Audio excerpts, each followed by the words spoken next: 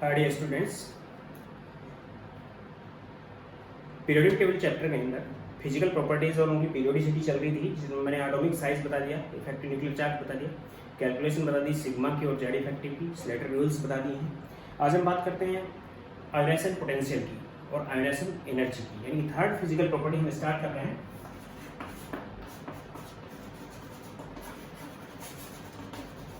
Ionization potential Z भी use कर सकते हैं, अमेरिकन इंग्लिश के अंदर जेड यूज करते हैं, और जो इंग्लैंड की इंग्लिश है उसके अंदर एस यूज कर सकते हैं। आयोनाइजेशन पोटेंशियल यूज कर सकते हैं इसको, या फिर आयोनाइजेशन एनर्जी यूज कर सकते हैं।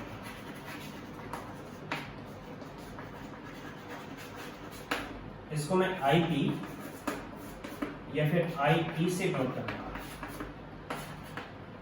बिल्कुल सिंपल सा है, एटॉमिक स्ट्रक्चर चैप्टर में भी बताया था मैंने आपको, लेकिन यूनी इलेक्ट्रॉनिक एटम के लिए था, हम यहाँ पे मल्टी इलेक्ट्रॉनिक एटम की बात कर रहे हैं।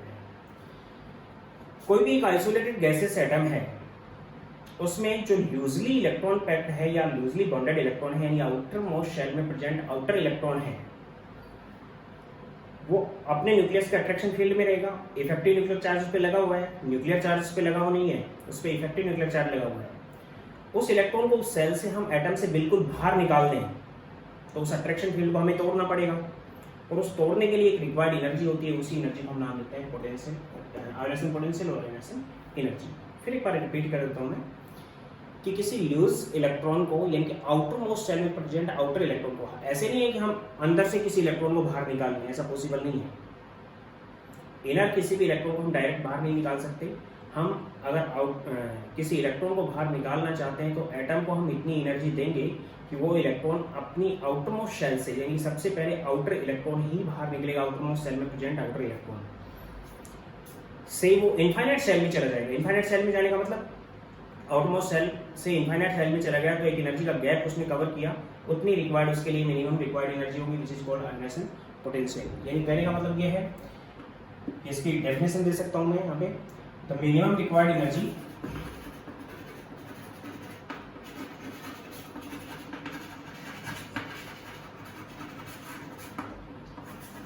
to remove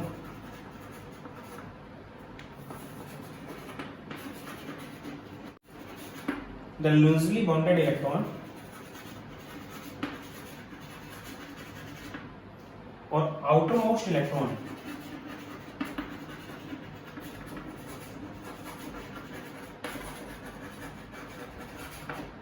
present in outermost shell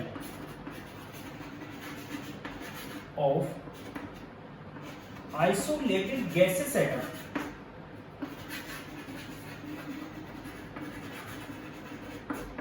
is called ionization potential or ionization energy।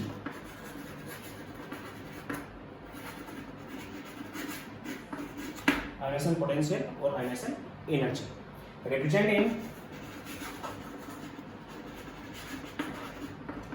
Kilo joule per mole और किलो कैलोरी पर मोल, और इलेक्ट्रॉन वोल्ट पर एटम भी हम इसको रिप्रेजेंट कर सकते हैं, या पर मोल भी रिप्रेजेंट कर सकते हैं, या फिर इलेक्ट्रॉन वोल्ट पर मोल। जनरली हम किलो जूल और किलो कैलोरी को यूज करेंगे। यहाँ पे इलेक्ट्रॉन वोल्ट को फर्स्ट चैप्टर में हमने यूज किया था, यहाँ पे भी हम कर सकते हैं।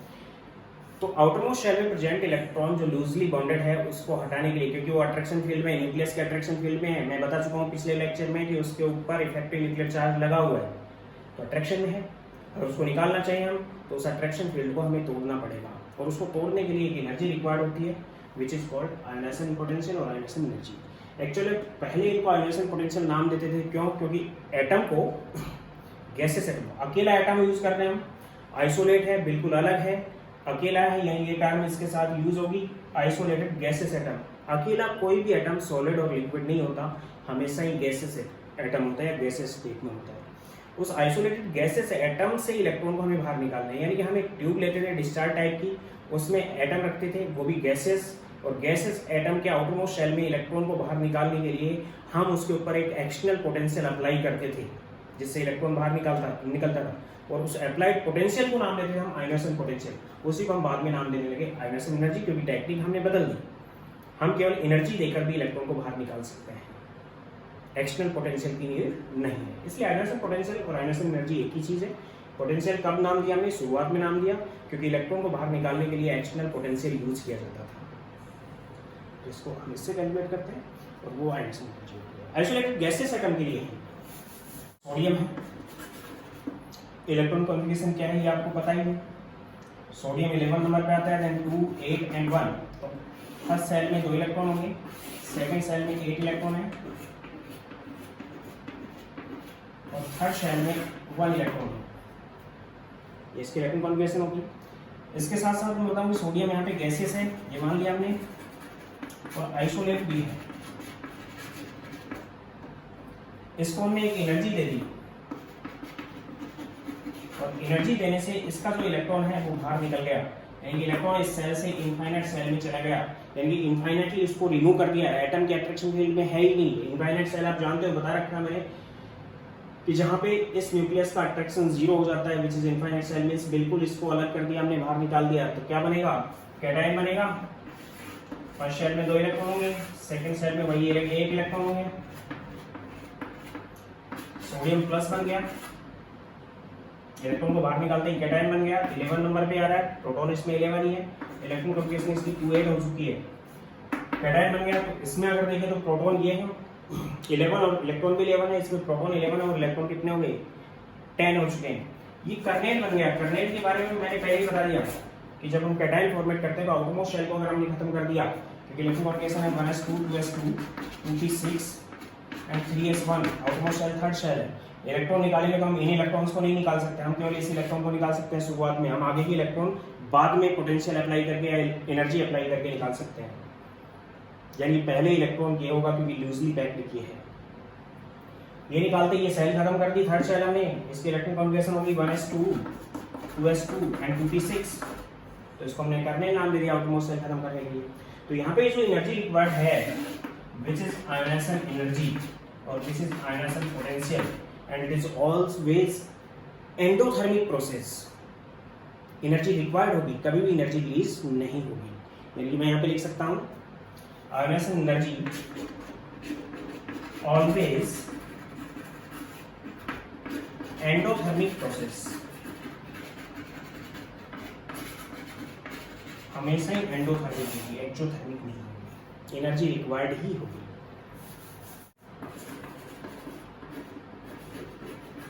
Successive ionisation energies,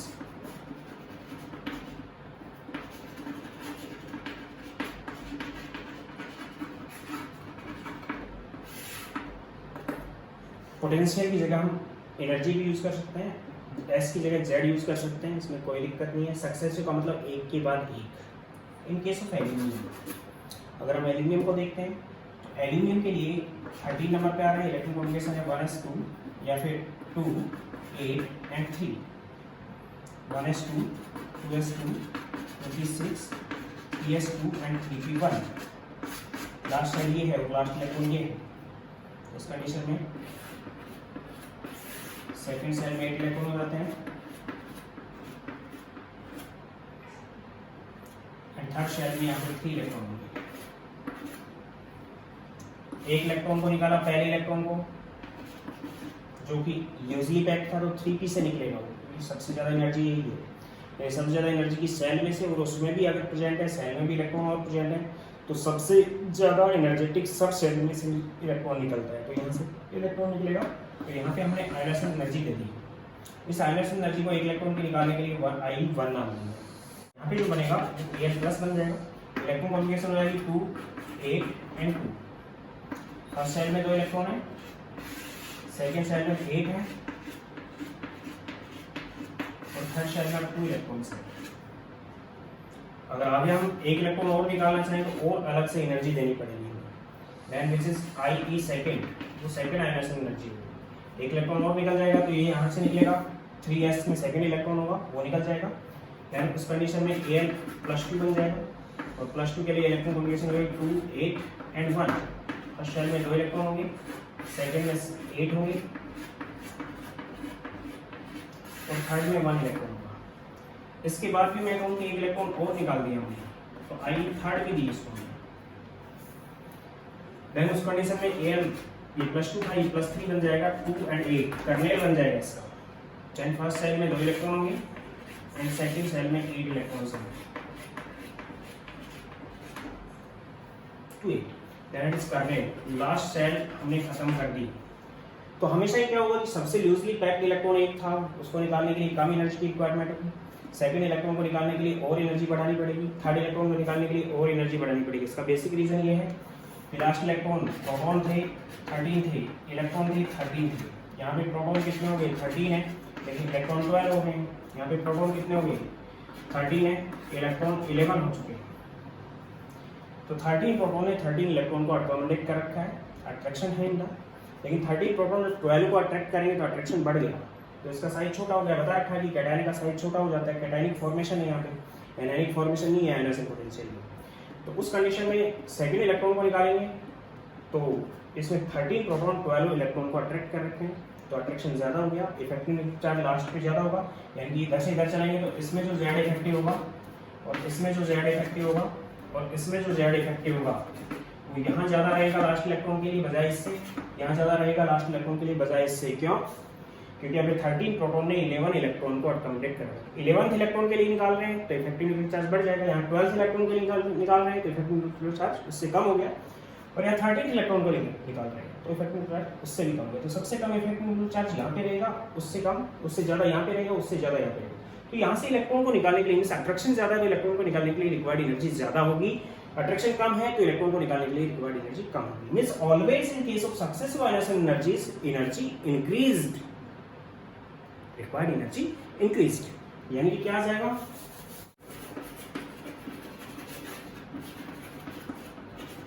successive ionisation energies increased due to effective nuclear charge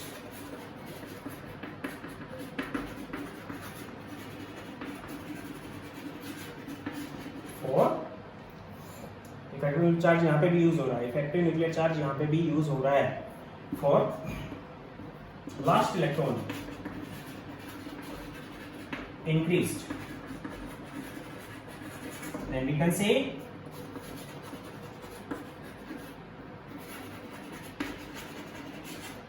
always IE first is less than IE second is less than IE third is less than IE fourth and is less than so on। यानी कि electron को हम निकालते जाएंगे किसी atom से, तो एक इलेक्ट्रॉन को निकालने के लिए जितनी रिक्वायर्ड एनर्जी होगी दूसरे इलेक्ट्रॉन को निकालने के लिए रिक्वायर्ड एनर्जी की नीड ज़्यादा होगी, तीसरे इलेक्ट्रॉन को निकालने के लिए रिक्वायर्ड एनर्जी की नीड ज़्यादा होगी, क्योंकि effective nuclear charge loosely electrons के लिए बढ़ता चला जा रहा है। क्योंकि इलेक्ट्रॉन कम होते जा रहे हैं, प्रोटॉन उतने ही हैं, तो जितने प्रोटॉन है माइनस सिग्मा करेंगे हम उसके लिए, उस सिग्मा की वैल्यू यहाँ पे कम होती चली जाएगी क्योंकि इलेक्ट्रॉन अंदर की तरफ जाते जा रहे हैं। तो उस कंडीशन में आयनाइजेशन एनर्जी बढ़ती चली जाएगी।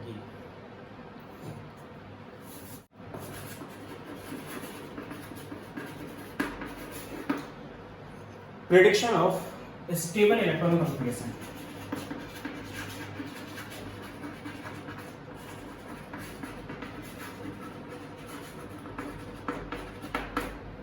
स्टेबल इलेक्ट्रॉनिक कॉन्फ़िगरेशन की प्रेडिक्शन या फिर प्रेडिक्शन ऑफ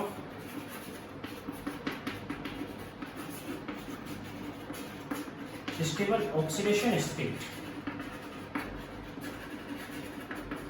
बात एक ही है। फॉर एग्जाम्पल सपोज करो कि एल्यूमिनियम में ए है, इसमें से एक इलेक्ट्रॉन निकाला हमने A+ में कन्वर्ट किया, इसी में से एक इलेक्ट्रॉन निकाल के हमने A+2 में कन्वर्ट किया, इसी में से एक इलेक्ट्रॉन निकाल के A+3 में कन्वर्ट किया, इसी में से A+4 में कन्वर्ट किया और इसी में से हमने A+5 में कन्वर्ट किया। इसके कैटायन बनाते जा रहे हैं, आयनाइजेशन एनर्जी देते जा रहे हैं। यहाँ पे I1 दी हमने, यहाँ पे I2 दी, यहाँ पे I3 दी, यहाँ पे IE4 दी और यहाँ पे IE5 दे दी हमने, तब इलेक्ट्रॉन निकल गए। तो मैंने अभी पहले बता दिया कि हमेशा ही क्या होगा कि I5 is greater then I4 is greater then I3 is greater then I2 is greater then I1, ये तो रहेगा। तो सपोज करो कि यहाँ पे वैल्यू है x, यहाँ पे वैल्यू है 2x, यहाँ पे वैल्यू है 10x, यहाँ पे वैल्यू है 15x, बढ़ती जा रही है। और यहाँ पे वैल्यू है 100x किसकी, आयनेशन पोटेंशियल। x कोई भी टर्म है, इलेक्ट्रॉन वोल्ट की टर्म है जो भी, तो ये वैल्यूज हैं। तो इससे हम प्रेडिक्ट कर सकते हैं कौन सी स्टेबल कॉन्फ़िगरेशन है। ये इससे ज्यादा है फैक्ट्स है, ये इससे ज्यादा है, ये इससे ज्यादा है, ये इससे ज्यादा है, ऐसा होगा ही। लेकिन हम यहाँ पे प्रेडिक्शन ये करेंगे कि जब इसको x दिया तो 1 इलेक्ट्रॉन निकल गया, लगभग 2x दे दिया तो 1 इलेक्ट्रॉन और निकल गया, लेकिन 1 इलेक्ट्रॉन और निकालने के लिए 10x की नीड हो गई, यानी इससे लगभग 5 गुना एनर्जी और दी तब इलेक्ट्रॉन निकल पाया। इसका मतलब इसमें प्रेजेंट इलेक्ट्रॉन स्टेबल है। सडन हमने एनर्जी बहुत ज्यादा बढ़ानी पड़ी, सडन हमें एनर्जी बहुत ज्यादा बढ़ानी पड़ी जिससे इलेक्ट्रॉन निकला, then it is stable oxidation state।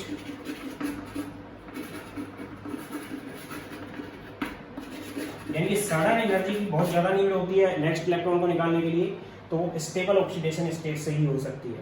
तो हम कह सकते हैं कि A+2 एक यहाँ पे स्टेबल ऑक्सीडेशन स्टेट है जहां से इलेक्ट्रॉन को निकालने के लिए सडन एनर्जी बहुत बढ़ानी पड़ी है।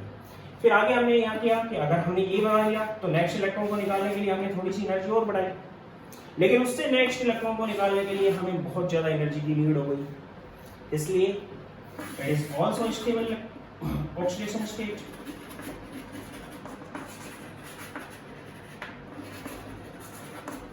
यानी stable oxidation state electronic configuration पे डिपेंड करती है, यानी कॉन्फ़िगरेशन अगर ज्यादा स्टेबल है तो उस कंडीशन में हम बता सकते हैं कि वहां से इलेक्ट्रॉन को निकालना हमारे लिए ज्यादा एनर्जी देने के लिए जरूरी हो जाएगा, क्योंकि अट्रैक्शन वहां पे ज्यादा है।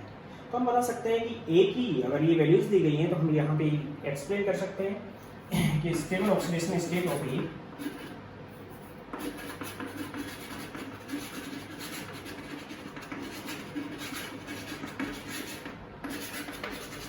आर A+2 एंड A+4, और इनमें प्रेजेंट जो इलेक्ट्रॉन कॉन्फ़िगरेशन होगी वही स्टेबल इलेक्ट्रॉनिक कॉन्फ़िगरेशन भी होगी।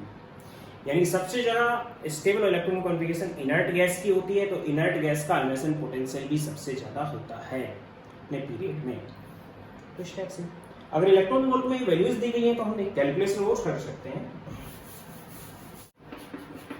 इन केस ऑफ इलेक्ट्रॉन वोल्ट पर एटम, अगर पर एटम के लिए इलेक्ट्रॉन वोल्ट में दी गई है, if difference between successive ionization energy will be less than 11। अगर 11 इलेक्ट्रॉन वोल्ट से कम आयनाइजेशन एनर्जी का गैप है, दो के बीच का difference, then higher oxidation state is stable.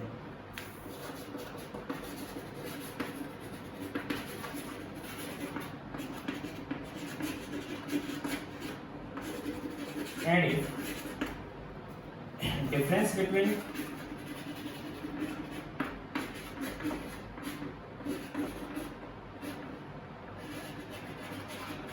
successive ionization energy will be greater than 16 electron volt, अगर 16 इलेक्ट्रॉन वोल्ट से ज्यादा है तो फिर लोअर ऑक्सीडेशन स्टेट ज्यादा स्टेबल होगा।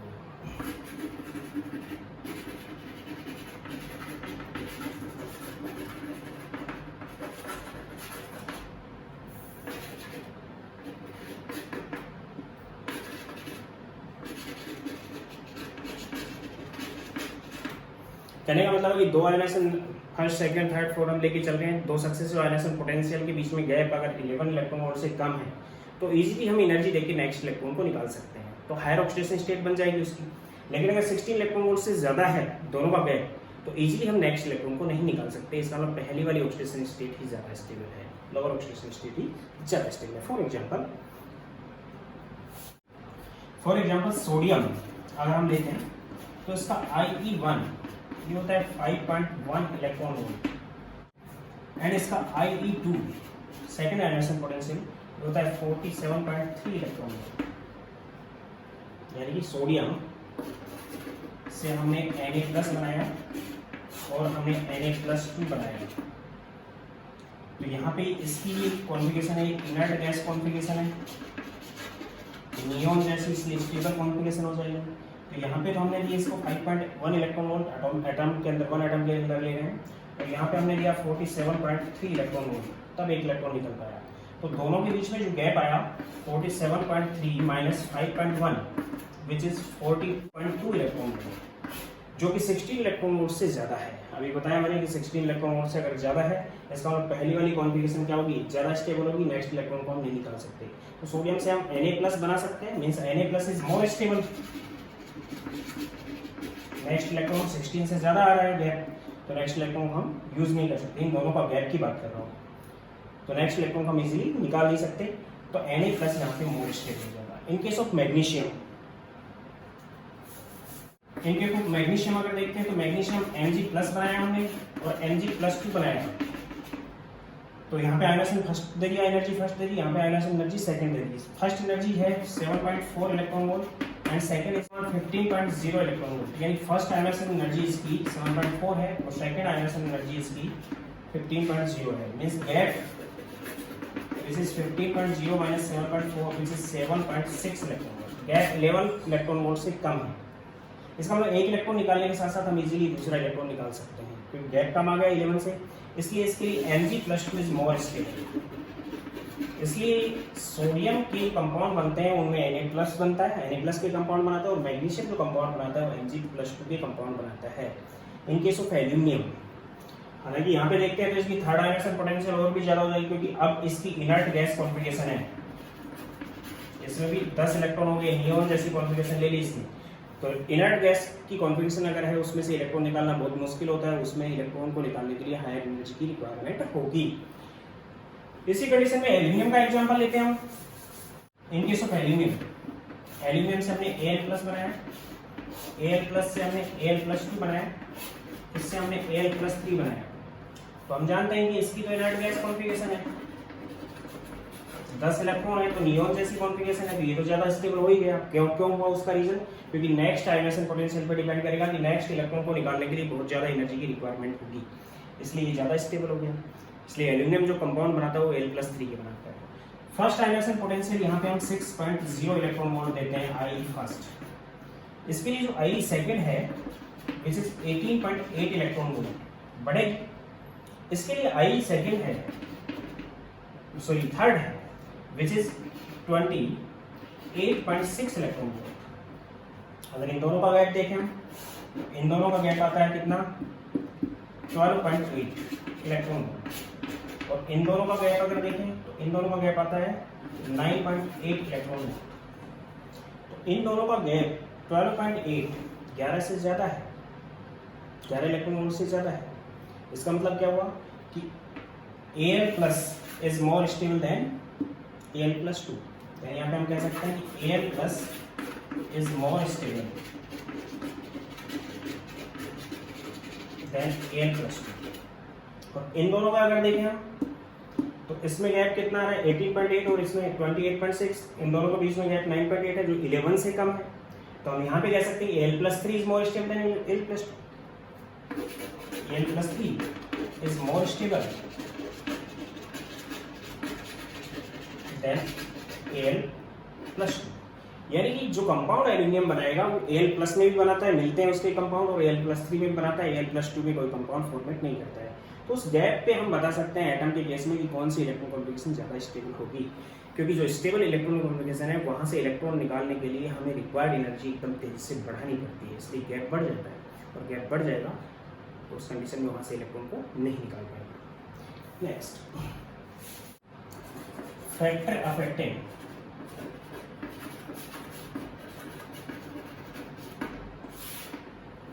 आयनाइजेशन एनर्जी, ये आयनाइजेशन पोटेंशियल को कौन कौन से फैक्टर अफेक्ट करते हैं उसका डिस्कस कर रहा हूं मैं यहाँ पे। Number first, atomic size. बता रखा है कि एटम का साइज अगर छोटा है तो न्यूक्लियर चार्ज ज्यादा रहेगा आउटर इलेक्ट्रॉन पे, तो इलेक्ट्रॉन को निकालने के लिए एनर्जी की नीड ज्यादा होगी। एटॉमिक साइज बढ़ता जाता है तो इलेक्ट्रॉन हम इजीली निकाल सकते हैं, क्योंकि न्यूक्लियस का इलेक्ट्रॉन के ऊपर अट्रैक्शन कम हो जाता है। तो उस कंडीशन में एटॉमिक साइज बढ़ने पे आयनाइजेशन एनर्जी डिक्रीज होगी, means ionisation energy decreased with increasing atomic size. Means general way में हम क्या कह सकते हैं कि ionization energy is directly proportional to atomic size 1 upon atomic size. Atomic size अगर बड़ा होगा तो आयनाइजेशन एनर्जी कम होगी, रिक्वायरमेंट एनर्जी का कम होगा। सेकेंड, इफेक्टिव न्यूक्लियर चार्ज,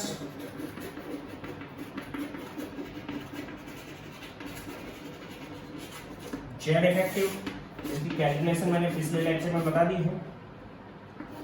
अगर effective nuclear charge outer electron पे बढ़ा तो इलेक्ट्रॉन न्यूक्लियस के अट्रैक्शन में ज्यादा रहा, तो उस अट्रैक्शन को तोड़ने के लिए रिक्वायर्ड एनर्जी बढ़ेगी। Means effective nuclear charge electron के लिए अगर ज्यादा है तो वहां से इलेक्ट्रॉन निकालना मुश्किल हो जाएगा और रिक्वायर्ड एनर्जी की वैल्यू ज्यादा है। Means ionisation potential is directly proportional to Z effective. Ionisation energy Z effective के डायरेक्टली प्रोपोर्शनल हो जाएगी। थर्ड इज स्क्रीनिंग इफेक्ट और शील्डिंग इफेक्ट।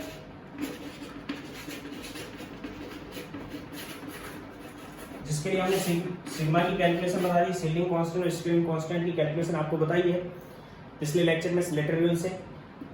सिंपल सी बात है, इसकी डेफिनेशन भी मैं बता चुका हूं कि अंदर वाले इलेक्ट्रॉन बाहर वाले इलेक्ट्रॉन को रिपेल करते हैं, जिसकी वजह से न्यूक्लियस का आउटर इलेक्ट्रॉन के प्रति अट्रैक्शन कम हो जाता है, which is called screening effect. तो अट्रैक्शन कम हो गया तो इलेक्ट्रॉन को इजीली निकाल सकते हैं। तो स्क्रीनिंग इफेक्ट या शील्डिंग इफेक्ट ज्यादा होगा तो अट्रैक्शन कम हो जाएगा, अट्रैक्शन कम हो जाएगा तो इलेक्ट्रॉन को इजीली निकाल लेंगे। यानी कि आयनाइजेशन पोटेंशियल उन के लिए कम रहेगा जिनके लिए शील्डिंग इफेक्ट और स्क्रीनिंग इफेक्ट ज्यादा होगा। यानी कि ionization energy is directly proportional to 1 upon screening effect. Screening effect ज्यादा होगा तो अट्रैक्शन कम रहेगा, अट्रैक्शन कम रहेगा तो इलेक्ट्रॉन को हम इजीली निकाल सकते हैं। And fourth,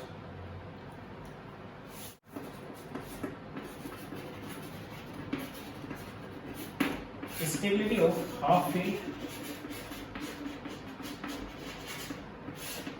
and full filled subshell।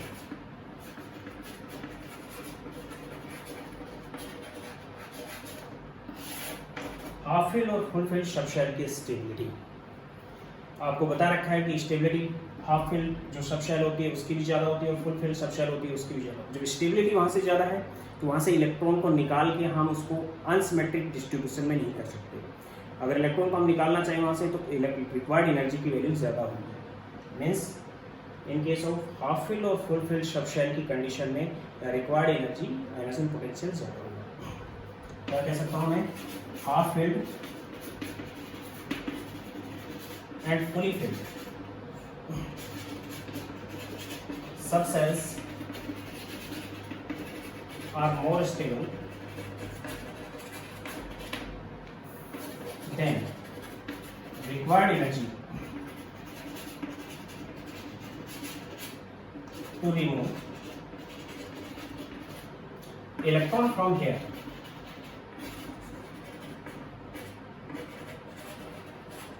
is higher। ज्यादा होती है, एग्जाम्पल्स हम बाद में लेंगे। Fifth,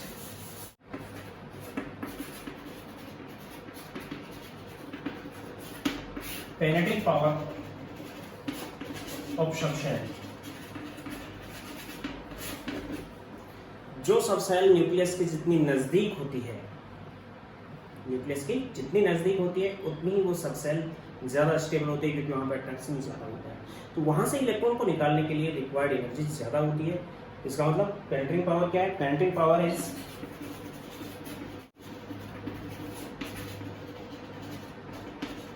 attraction between nucleus and subshell.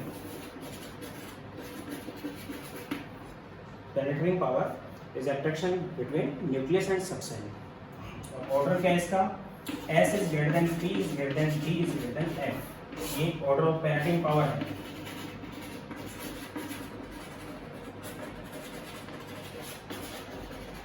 यानी S सबसेल की पेनेट्रिंग पावर ज्यादा होती है बजाय P से, P की ज्यादा होती है D से, D की ज्यादा होती है F से। तो S से इलेक्ट्रॉन को निकालना उतना ही मुश्किल हो जाता है क्योंकि इसमें अट्रैक्शन ज्यादा रहेगा।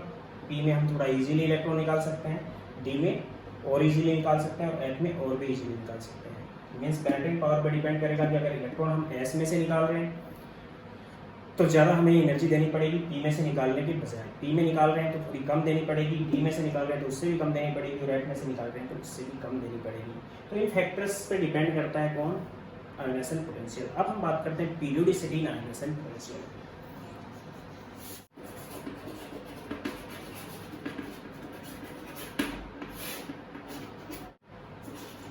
Generally in period ionization energy increased left to right and in group ionization energy decreased up to 1। क्यों होती है इसका रीजन बता रहा हूँ मैं आपको, वो पहले ही बता चुका हूँ, इफेक्टिव न्यूक्लियर चार्ज पर डिपेंड करता है, ये जनरल वे हो गया, लेकिन फिर भी इसमें एक्सेप्शंस हैं, उसका भी डिस्कस करेंगे हम। मीन्स पीरियड में हम लेफ्ट टू राइट चल रहे हैं, ये पीरियड लिया है और ये हमने ग्रुप लिया है, ग्रुप में हम अप टू डाउन चल रहे हैं। तो पीरियड में left to right ionization energy increase होगी और ग्रुप में up to down ionization energy क्या होगी, डिक्रीज होगी। क्या रीजन है, तो आयनाइजेशन एनर्जी अभी बताया मैंने, ionization energy is directly proportional to 1 upon atomic size. पहली बार ionization energy is directly proportional to Z effective है आपको। Atomic size left to right क्या होता है, डिक्रीज होता है, तो आयनाइजेशन एनर्जी इंक्रीज हो जाएगी। पहली बात तो ये होगी। दूसरी जेड इफेक्टिव, मैंने अभी बताया Z effective left and right पिछले लेक्चर में बताया इंक्रीज होता है, इसलिए आयनाइजेशन एनर्जी क्या हो जाएगी, इंक्रीज हो गई। एक तो कंडीशन क्या होगी, ये जनरल में हो गया। ग्रुप में हम क्या करते हैं, ग्रुप में एटॉमिक साइज बढ़ता है इसलिए आयनाइजेशन एनर्जी डिक्रीज होगी एंड जेड इफेक्टिव लगभग कांस्टेंट रहता है, इसलिए उसका कोई यहाँ पे इफेक्ट नहीं होगा। इफेक्ट क्या रहेगा, एटॉमिक साइज का। तो एटॉमिक साइज बढ़ गया, या फिर हम अप टू डाउन किसका, स्क्रीन इफेक्ट को भी बता सकते हैं। तीसरी कंडीशन भी ले सकता हूं मैं कि ionization energy is directly proportional to screen effect.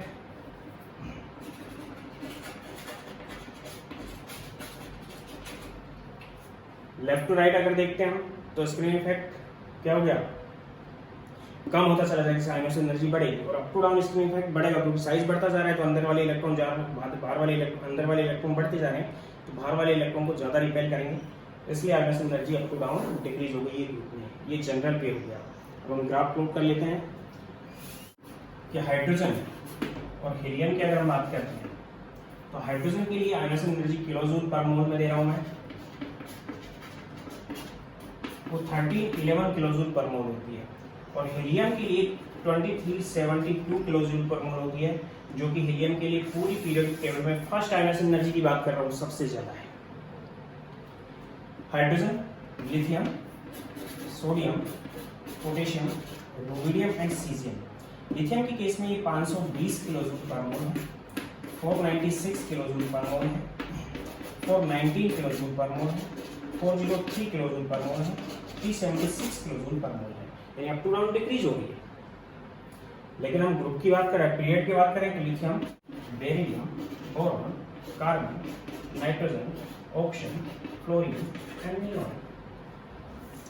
तो इसके केस में 520 है, बेरिलियम के केस में बढ़ जाएगी, बेरिलियम के केस में 899 है, बोरॉन के केस में ये थोड़ी कम हो जाती है, विच इज 801, जबकि बढ़नी चाहिए, तो एक एक्सेप्शन ये हो गया।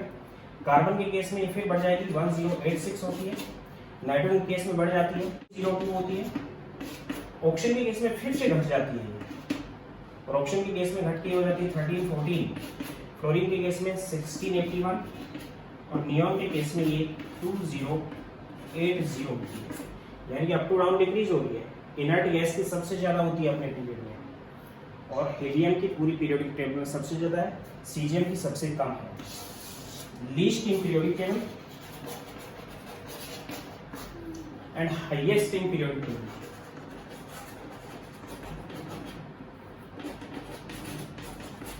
आई फर्स्ट की बात हो रही है, फर्स्ट आयनाइजेशन पोटेंशियल। तो एक एक्सेप्शन ये हो गया कि बेरिलियम की ज्यादा होती है बोरॉन से, जबकि होनी क्या चाहिए, बोरॉन की ज्यादा होनी चाहिए बेरिलियम से। एक एक्सेप्शन ये हो गया कि नाइट्रोजन की ज्यादा होती है ऑक्सीजन से, जबकि होनी किसकी चाहिए, ऑक्सीजन की ज्यादा होनी चाहिए नाइट्रोजन से। इसी टाइप से नेक्स्ट अगर ग्रुप की हम बात करें तो उसकी वैल्यूज मैं यहाँ पे पुट कर देता हूँ। ये मैंने कुछ एलिमेंट्स की पुट किया, मैं बता देता हूँ एक बार। लिथियम की मैंने पीरियड ले चुका था, और ये हाइड्रोजन वाला मैं ग्रुप भी ले चुका था। उसके बाद मैंने बात की है सोडियम मैग्नीशियम इस पीरियड की, तो इस पीरियड में अगर देखते हैं सोडियम 496 है, 496, मैग्नीशियम 737 बढ़ गई है, लेकिन एल्यूमिनियम के केस में फिर से बढ़ गई है 577। तो एक एक्सेप्शन यहाँ पे हो गया कि इसकी इससे कम क्यों होती है, जबकि होना क्या चाहिए, लेफ्ट टू राइट बढ़ना चाहिए। उसी कंडीशन में फिर इसकी बढ़ी 786 जो कि इससे भी ज़्यादा है, फिर 1012, फिर 999, फिर घट गया। यानी वही रीज़न यहाँ पे आ गया कि इसकी ज़्यादा नाइट्रोजन की ज़्यादा होती है ऑप्शन से फर्स्ट, फॉस्फोरस की ज़्यादा होती है फर्स्ट से, सल्फर से, एंड फर्दर बढ़ती जा रही है, अप टू डाउन घटती जा रही है। यहाँ पे भी up to down fluorine, chlorine, bromine, iodine के केस में 1681, 1255, 1142 एंड 912 ये घटती जा रही है। इसी टाइप से ये भी घटती जा रही है, सबसे ज़्यादा इसकी हो गई और सबसे कम इसकी हो गई पीरियड। तो एक एक्सेप्शन है। एक एक्सेप्शन यहाँ पे भी आता है बोरॉन फैमिली में ग्रुप में। जनरली ग्रुप में तो क्या होता चला जाता है, रिप्रेजेंटेटिव एलिमेंट्स में घटता ही चला जाता है, लेकिन यहाँ पे अगर देखें तो एल्यूमिनियम में बोरॉन की 801 ज़्यादा होती है, एल्यूमिनियम की 577 उससे कम है, लेकिन यहाँ पे गैलियम की बढ़ जाती है 579। एटम का साइज जो होता है गैलियम का वो कम होता है, इसकी वजह से बढ़ रही है यहाँ पे। एक तो एक्सेप्शन यहाँ पे ये हो गया एल्यूमिनियम और गैलियम का। इसके बाद एक एक्सेप्शन ये होगा कि इंडियम से कम होनी चाहिए थैलियम की, लेकिन थैलियम की ज़्यादा होती है इंडियम से, एक एक्सेप्शन ये होगा। और एक एक्सेप्शन ट्रांजिशन मेटल्स में होगा। ट्रांजिशन मेटल में क्या होगा मैं बता देता हूँ, चलो उसको रिपीट ही करेंगे। तो इनके एक्सेप्शंस का रीजन क्या है वो बता देता हूँ। क्वेश्चन तो जाता है एनोमलस बिहेवियर है ये,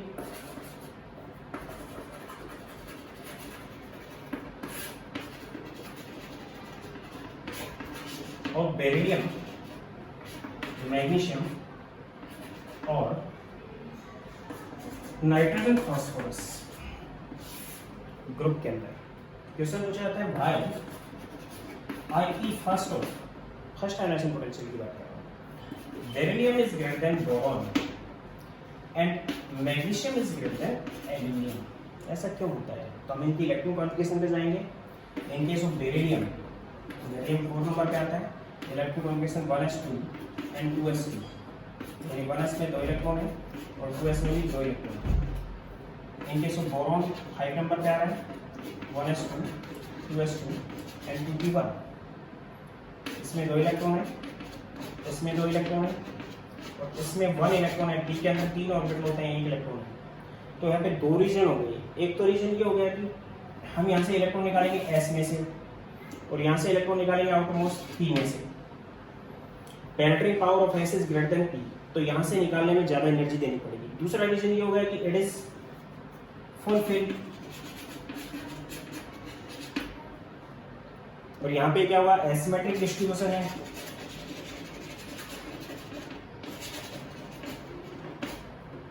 तो यहाँ फुलफिल होने की वजह से, यहाँ पे एसिमेट्रिक डिस्ट्रीब्यूशन होने की वजह से बेरिलियम का इलेक्ट्रॉन निकालने में एनर्जी ज्यादा रिक्वायरमेंट होती है बजाय बोरॉन के इलेक्ट्रॉन निकालने में से। तो सिंपल सा तरीका है, हम कह सकते हैं कि due to loose electron present in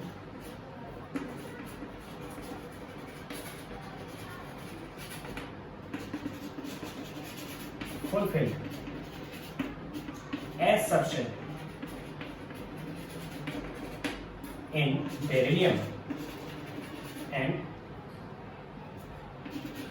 asymmetric p substance in beryllium boron। इस वजह से समझो, यही रीजन मैग्नीशियम और एल्यूमिनियम में आ जाता है। मैग्नीशियम और एल्यूमिनियम का केस अगर देखें हम, तो मैग्नीशियम 1s2 2s2 2p3 ये 1s2 2s2 2p6 and 3s2 ये इलेक्ट्रॉन कॉन्फिगरेशन है। एल्यूमिनियम की अगर देखें तो 1s2 2s2 2p6 and 3s2 and 3p1। इसमें तो इलेक्ट्रॉन s में है, इसमें इलेक्ट्रॉन किसमें है, p में है, इसमें फुलफिल है और इसमें एसिमेट्रिक डिस्ट्रीब्यूशन है। इसलिए इलेक्ट्रॉन को निकालने के लिए मैग्नीशियम के केस में ज्यादा एनर्जी की रिक्वायरमेंट होती है बजाय एल्यूमिनियम के केस के। इसलिए सर दूसरा क्वेश्चन पूछा जाता है कि why I first of nitrogen is greater then oxygen and phosphorus is greater then sulphur. ऐसा क्यों होता है कि नाइट्रोजन की ज्यादा होती है ऑक्सीजन से, फास्फोरस की ज्यादा होती है सल्फर से? तो रीजन बिल्कुल सिंपल सा है कि नाइट्रोजन की इलेक्ट्रॉन कॉन्फ़िगरेशन लिखेंगे हम। नाइट्रोजन की इलेक्ट्रॉन कॉन्फ़िगरेशन क्या है, 1s2 2s2 2p3। p के अंदर 3 इलेक्ट्रॉन्स हैं, 1 2 एंड 3। एंड ऑक्सीजन के केस में ये 8 नंबर पे आता है, ये 7 नंबर पे आता है, 1s2 2s2 and 2p4। p के अंदर 4 इलेक्ट्रॉन, हालांकि इलेक्ट्रॉन p से ही निकालेंगे हम, सेम सबसेट से। इसमें भी 2p से निकालेंगे, इसमें भी 2p से निकालेंगे। इसमें न्यूक्लियर चार्ज 8 है, इसमें न्यूक्लियर चार्ज 7 भी है, लेकिन effective nuclear charge last electron के लिए होगा। इसमें जो लास्ट इलेक्ट्रॉन है ये लूजली पैक्ड होगा, इसमें जो लास्ट इलेक्ट्रॉन है ये कैसी सेल है, हाफ फिल स्टेबल है, और ये कैसी है, एसिमेट्रिक डिस्ट्रीब्यूशन, अनस्टेबल होगी। तो यहाँ से इलेक्ट्रॉन इजीली निकाल पाएंगे, और यहाँ से इलेक्ट्रॉन को निकालने के लिए ज़्यादा एनर्जी की रिक्वायरमेंट होगी। तो यहाँ पर आप पुट कर सकते हो, यही रीजन फास्फोरस और सल्फर में आ जाता है। फास्फोरस की electron configuration 1s2 2s2 2p6 3s2 3p3, and sulphur के केस में 1s2 2s2 2p6 3s2 3p4। ये 15 नंबर पे आता है, ये 16 नंबर पे आता है। यहाँ पे 3p3 हाफ फिल है, और यहाँ पे एसिमेट्रिक डिस्ट्रीब्यूशन यूनिट है। इसलिए फास्फोरस का फर्स्ट आयनाइजेशन पोटेंशियल ज़्यादा होता है सल्फर से, और नाइट्रोजन का फर्स्ट आयनाइजेशन पोटेंशियल ज़्यादा होता है ऑक्सीजन से। आप रीजन दे सकते हो, नोट भी कर सकते हो इस चीज़ को। अगर हम सेकेंड आयनाइजेशन पोटेंशियल की बात करें, न्यूक्लियर चार्ज पे डिपेंड करता है। इफेक्टिव न्यूक्लियर चार्ज जिसका ज़्यादा होगा वहाँ पे आयनाइजेशन पोटेंशियल ज़्यादा होगा। अगर हम बात करें कि why second ionization potential I first तो मैंने बता दिया था। आई सेकेंड की बात करें तो I second is beryllium is less than boron. Beryllium का बोरॉन से कम होता है, जबकि आई फर्स्ट बेरिलियम का बोरॉन से ज्यादा होता है। And nitrogen is less than oxygen, I second में उल्टा हो जाता है। रीजन कि आई सेकेंड के लिए हम बेरिलियम फर्स्ट तो बना चुके हैं, एक इलेक्ट्रॉन निकाल चुके हैं उसका। देन इसकी इलेक्ट्रॉन कॉन्फ़िगरेशन क्या होगी, 1s2 2s1। Effective nuclear charge 4 electron 4 proton होंगे, उनका चार्ज लगेगा इस पे। और बोरॉन के केस में अगर देखते हैं तो 5 प्रोटॉन थे, 1s2 एंड 2s2। बोरॉन का प्लस एक बना चुके, अब सेकेंड इलेक्ट्रॉन निकालना है तो एक प्लस में ले लिया हमने, एक इलेक्ट्रॉन निकाल चुका। उसके जस्ट बाद देखें तो अब इलेक्ट्रॉन यहाँ से निकालना है, अब इलेक्ट्रॉन यहाँ से निकालना है। Then it is half fill and it is full fill. और फुल फिल ज्यादा स्टेबल होता है हाफ फिल से। ऐसे ही निकाले, बैटरी पावर दोनों की सेम है, तो ऐसे ही निकाले तो इसमें ज्यादा एनर्जी की रिक्वायरमेंट होगी बजाय इससे, क्योंकि हाफ फिल है। दूसरा रीजन बता सकते हैं कि इफेक्टिव न्यूक्लियर चार्ज अगर इस इलेक्ट्रॉन के लिए निकालना चाहें हम तो सिग्मा की कैलकुलेशन कर लेंगे हम, लास्ट इलेक्ट्रॉन के लिए निकाल लेंगे। तो इसके बाद बाकी बचे 2 इलेक्ट्रॉन के लिए 0.85 हो जाएगा, तो 2 into 0.85 which is 1.7। then what is z effective? z effective is 4 minus, यहाँ पे 4 थे, माइनस इस इलेक्ट्रॉन के लिए 1.7 which is equal to 2.3। और यहाँ पे अगर देखें इस इलेक्ट्रॉन के लिए तो सिग्मा विच इज एक इलेक्ट्रॉन है, वो टेस्ट इलेक्ट्रॉन है, सेकंड इलेक्ट्रॉन के लिए निकाल रहे हैं तो उसके लिए तो 1.035 होगा, और प्लस में इन 2 इलेक्ट्रॉनों के लिए कितना होगा, 2 into 0.85 यानी कि 0.35 plus 1.7 which is 2.05। then what is z effective for this electron, which is 5 minus 2.05 which is 2.95, and 2.95 is greater than 2.3। इसलिए इस इलेक्ट्रॉन पे इफेक्टिव न्यूक्लियर चार्ज ज्यादा होने की वजह से यहाँ से इलेक्ट्रॉन निकालना मुश्किल हो गया, और यहाँ से इलेक्ट्रॉन इजीली निकाल सकते हैं। इसलिए सेकेंड आयनाइजेशन पोटेंशियल बोरॉन का ज्यादा होता है बजाय इससे बेरिलियम से। इफेक्टिव न्यूक्लियर चार्ज निकाल के आप देख सकते हो कि किसका ज्यादा होगा और किसका कम। इसी तरह से नाइट्रोजन ऑक्सीजन की बात करें हम, नाइट्रोजन का ऑक्सीजन से ज्यादा क्यों होता है, क्योंकि नाइट्रोजन के केस में क्या होगा, 1s2 2s2 and 2p। Nitrogen का प्लस ले चुके हैं, सेकंड आयनाइजेशन पोटेंशियल की बात करें एक निकाल चुके हैं, नेक्स्ट की करें तो प्लस बना हुआ है, तो प्लस की इलेक्ट्रॉन कॉन्फ़िगरेशन क्या है, नाइट्रोजन प्लस की 2, एंड ऑक्सीजन प्लस की इलेक्ट्रॉन कॉन्फ़िगरेशन क्या है, 1s2 2s2 and 2p3। That is half fill और इट इज एसिमेट्रिक। उल्टा हो गया, तो एसिमेट्रिक में से तो इजीली निकाल लेंगे, और हाफ फिल में निकालने में एनर्जी रिक्वायरमेंट ज्यादा होगा। और इफेक्टिव न्यूक्लियर चार्ज में इस तीसरे इलेक्ट्रॉन के लिए बजाय इस दूसरे नाइट्रोजन में इस दूसरे इलेक्ट्रॉन के लिए, ऑक्सीजन में इस तीसरे इलेक्ट्रॉन के लिए, इस तीसरे इलेक्ट्रॉन के लिए ऑक्सीजन में ज्यादा होगा बजाय नाइट्रोजन की इस दूसरे इलेक्ट्रॉन के लिए। इसकी कैलकुलेशन आप कर सकते हो। इसलिए ऑक्सीजन का सेकंड आयनाइजेशन पोटेंशियल ज्यादा होता है नाइट्रोजन की सेकंड आयनाइजेशन पोटेंशियल। और फर्स्ट आयनाइजेशन पोटेंशियल नाइट्रोजन का जब होता है ऑक्सीजन से, हाफ फिल और फुल फिल पे डिपेंड करता है। तो सेकंड और फर्स्ट के लिए आप इफेक्टिव न्यूक्लियर चार्ज निकाल के देख सकते हो। 13 group 13 means boron family. Boron family की अगर हम बात करते हैं तो इसमें एल्यूमिनियम कौन कौन से हैं? Boron, aluminium, gallium, indium and helium. Boron के लिए, एल्यूमिनियम के लिए, गैलियम के लिए, इंडियम के लिए और हेलियम के लिए this is 801, 577, 579, 558 and 589 in kilojoule पर मोल। ये इनके इलेक्ट्रॉन आयनाइजेशन पोटेंशियल। तो ऑर्डर क्या आ गया? सबसे ज्यादा हो गया बोरॉन का, उसके बाद हो गया थैलियम। होना क्या चाहिए? अप टू डाउन डिक्रीज होना चाहिए। थैलियम के जस्ट बाद क्या हो गया? गैलियम।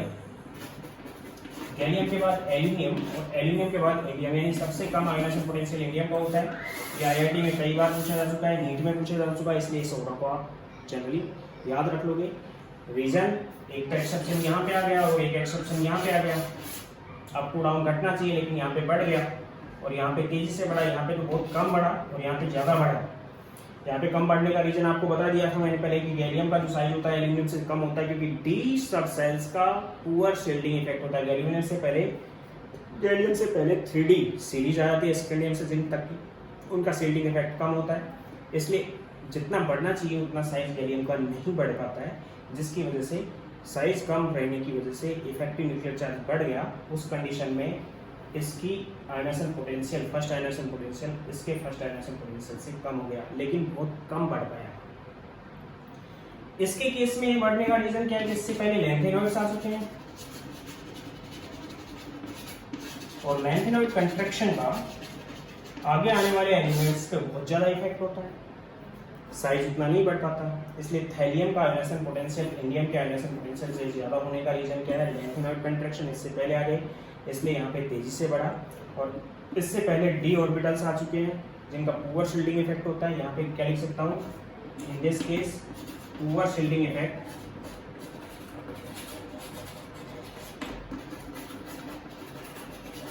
ऑफ डी ऑर्बिटल्स, और इन केस में लैंथेनाइड कंट्रैक्शन है, जिसकी वजह से ऐसा हुआ।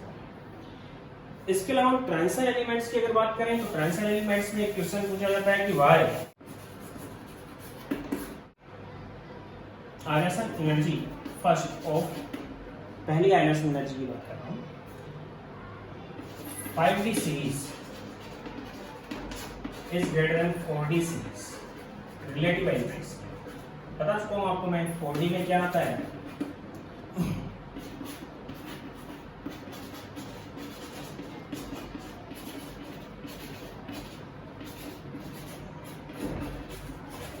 ये आता है और 5D में क्या आता है? लैंथेनम। ये आ गया आपके पास 39 से 48 तक, ये आ गया 57 से, उसके बाद लैंथेनॉइड्स आ जाते हैं 58 सीरियम से, और ल्यूटीशियम 71 तक, उसके बाद 72 हैफनियम आता है, और हैफनियम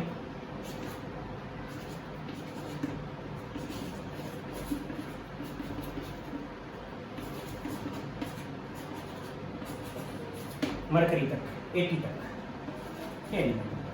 तो मैंने आपको बता रखा है कि यहाँ पे क्या होता है, अप टू डाउन घटना चाहिए लेकिन फिर भी 4D का कम होता है 5D से। रीजन बीइंग लैंथेनॉइड कंट्रैक्शन होने की वजह से इनका साइज लगभग इनके साइज के इक्वल होता है और न्यूक्लियर चार्ज इनमें ज़्यादा होता है, क्योंकि न्यूक्लियस में प्रोटॉन ज़्यादा है, जिसकी वजह से इनके आयनाइजेशन पोटेंशियल की वैल्यू रिलेटिव इनके आयनाइजेशन पोटेंशियल की वजह से ज़्यादा होती है। तो रीजन क्या है यहाँ पे? Lanthanoid contraction.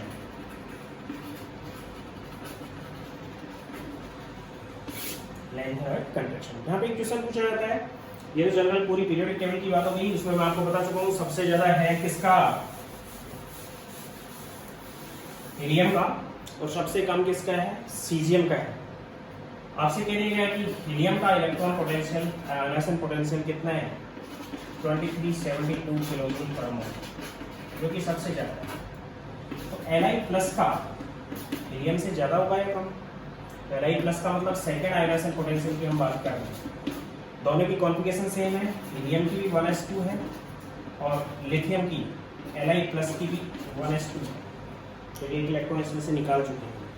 तो इसमें प्रोटॉन 2 हैं, इसमें प्रोटॉन 3 हैं। तो इसमें इस इलेक्ट्रॉन के लिए जेड इफेक्टिव निकाल के पिछले उस लेक्चर में मैंने बता दिया था, विच इज 1.7 लास्ट इलेक्ट्रॉन के लिए। इसके लिए निकालेंगे तो जेड इफेक्टिव कितना हो गया? यहाँ पे एक इलेक्ट्रॉन है, उसके लिए 0.3 होता है, तो इसके लिए जेड इफेक्टिव हो जाता है 2.7, 0.3 घटेगा, 0.3 इसमें से घटेगा, 0.3 इसमें से घटेगा, 2 में से 0.3 घटेगा तो 1.7, 3 में से 0.3 घटेगा तो 2.7, तो जेड इफेक्टिव ज़्यादा होता है। इसलिए ionization potential of Li plus is greater then helium, यानी सेकेंड आयोनाइजेशन पोटेंशियल लिथियम का हीलियम से भी ज़्यादा हो जाएगा, क्योंकि दोनों की इलेक्ट्रॉन कॉन्फ़िगरेशन सेम है, फिर भी लिथियम प्लस का ज़्यादा होगा क्योंकि इफेक्टिव न्यूक्लियर चार्ज वहाँ पे ज़्यादा है। इस टाइप के क्वेश्चंस भी पूछे जाते हैं। यानी कि 60 एलिमेंट्स तक अगर हम लें, 60 एलिमेंट्स तक, तो उसका एक ग्राफ प्लॉट कर रहा हूँ मैं, उस ग्राफ के अकॉर्डिंग हम आयोनाइजेशन पोटेंशियल को एक्सप्रेस कर सकते हैं। आप नोट कर लेना, ये क्वेश्चन पूछे जाते हैं। Graph of approx 60 elements, 60 elements का ग्राफ हम यहाँ पे प्लॉट करेंगे।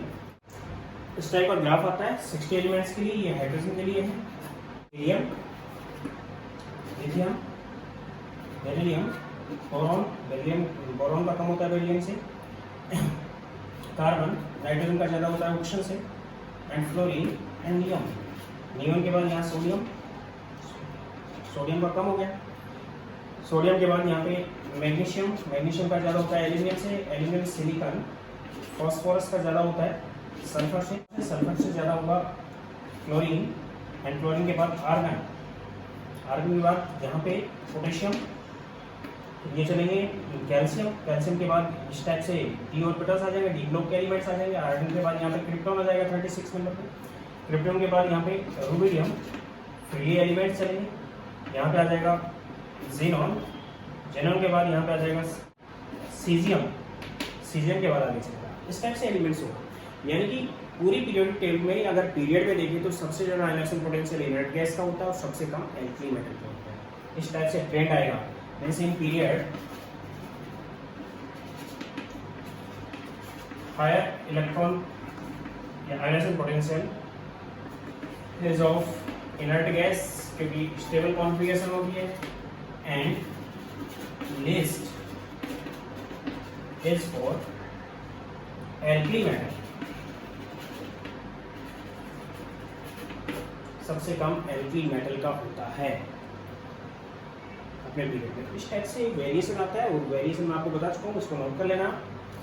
आपको यहाँ पे आयोनाइजेशन पोटेंशियल कंप्लीट हो गया, आयोनाइजेशन एनर्जी कंप्लीट होगी, समझ में आ गया होगा। एक बार नहीं समझा है दोबारा देखें, अगर समझ में आ रहा है तो लाइक करें और सब्सक्राइब करें और शेयर जरूर करें। Thank you.